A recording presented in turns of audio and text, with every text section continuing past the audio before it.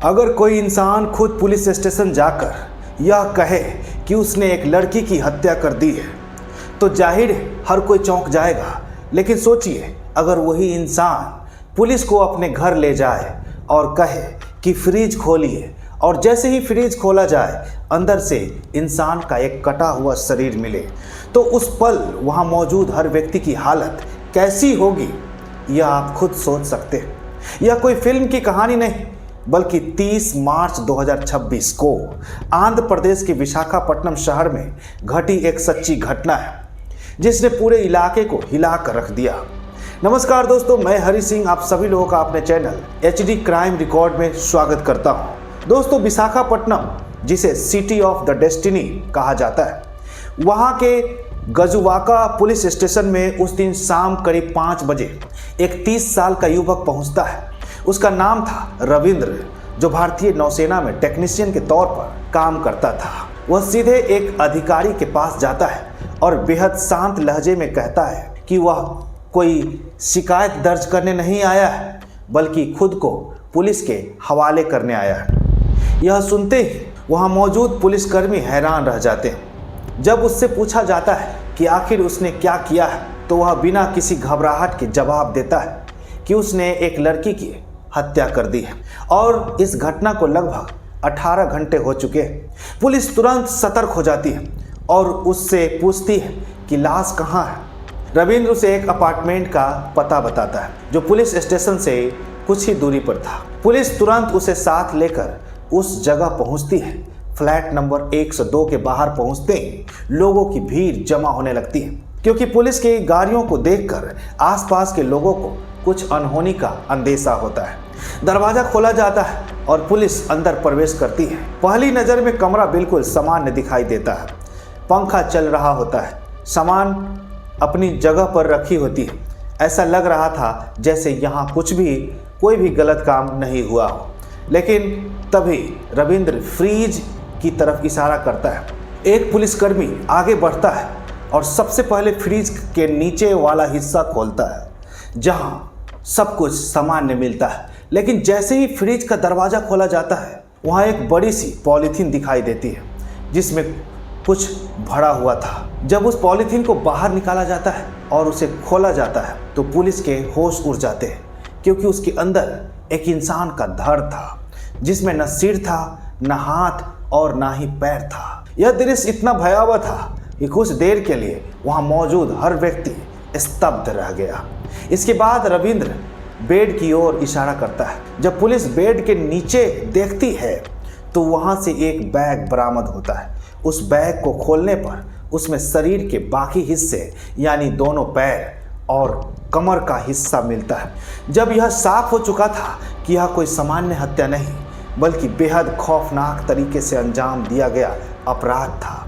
इसके बाद रविंद्र पुलिस को शहर से दूर एक जंगल में ले जाता है, जहां से सिर और दोनों हाथ बरामद किए जाते हैं। इस तरह पूरी लाश के टुकड़े पुलिस को मिल जाते हैं।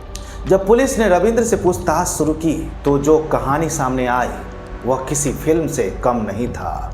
साल 2021 में रविंद्र की मुलाकात एक मोबाइल ऐप के जरिए मोनिका नाम की लड़की से हुई थी। शुरुआत में दोनों के बीच सामान्य बातचीत हुई, फिर धीरे धीरे ये बातचीत दोस्ती में बदल गई और फिर यह दोस्ती प्यार में बदल गई। 3 साल तक दोनों का रिश्ता चलता रहा, लेकिन साल 2024 में रविंद्र ने किसी और लड़की से शादी कर ली।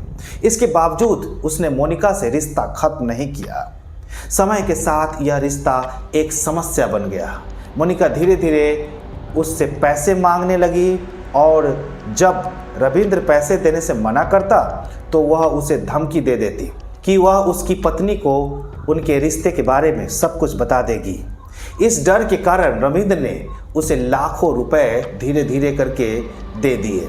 मार्च 2026 में रविंद्र की पत्नी ने एक बच्चे को भी जन्म दिया और वह मायके चली गई, जिससे रविंद्र घर में अकेला रह गया। 29 मार्च की रात रविंद्र ने मोनिका को अपने घर पर बुलाया। शुरुआत में दोनों के बीच सामान्य बातचीत हुई, लेकिन धीरे धीरे बात पैसे और धमकी तक पहुंच गई। बहस बढ़ती गई और गुस्से में आकर रविंद्र ने मोनिका का गला दबा दिया। कुछ ही मिनटों में उसकी मौत हो गई। उसके बाद रविंद्र के सामने सबसे बड़ा सवाल था कि वह इस लाश का क्या करे। घबराहट में उसने एक खौफनाक फैसला लिया। उसने ऑनलाइन एक बड़ा चाकू मंगवाया और पूरी रात लाश के टुकड़े करता रहा। उसने शरीर को अलग अलग हिस्सों में काटा और उन्हें अलग अलग जगह छुपा दिया। धड़ को फ्रीज में रख दिया, पैरों को बेड के नीचे छुपा दिया और बाकी हिस्से को जंगल में जाकर जला दिया। लेकिन अगली सुबह उसका डर और बढ़ गया। उसे लगने लगा कि वह ज़्यादा देर तक बच नहीं पाएगा। सो उसने अपने एक दोस्त को फ़ोन किया और पूरी घटना बता दी। दोस्त ने उसे सलाह दिया कि वह भागने के बजाय खुद को पुलिस के सामने सरेंडर कर दे। काफ़ी सोचने के बाद रविंद्र ने यही फैसला लिया। 30 मार्च की शाम खुद रविंद्र पुलिस स्टेशन जाकर अपने जुर्म को कबूल कर लिया। इस घटना ने कई जिंदगियों को एक साथ तबाह कर दिया। एक लड़की की जान चली गई, एक पत्नी की जिंदगी बिखर गई और एक मासूम बच्चा जिसने अभी दुनिया को ठीक से देखा भी नहीं था, वह अपने पिता के बिना रह गया। एक पल का गुस्सा और गलत फैसला इतना बड़ा अपराध बन गया जिसकी कीमत कई लोगों को चुकानी पड़ी।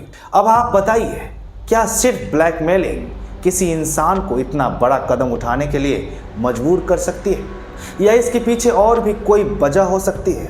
आपकी क्या राय है, हमें कमेंट बॉक्स में ज़रूर बताएं। अगर आपको ऐसी सच्ची और गहराई से बताई गई कहानी पसंद आई हो तो वीडियो को लाइक ज़रूर करें और चैनल को सब्सक्राइब करना ना भूलें, क्योंकि यहाँ हम सिर्फ खबर नहीं बल्कि हर केस की सच्चाई और उसके पीछे छुपे पहलुओं को आपके सामने रखते हैं। दोस्तों, इसी के साथ हम लेते हैं विदा। फिर मिलेंगे एक नई क्राइम स्टोरी के साथ। तब तक के लिए धन्यवाद। जय हिंद, जय भारत।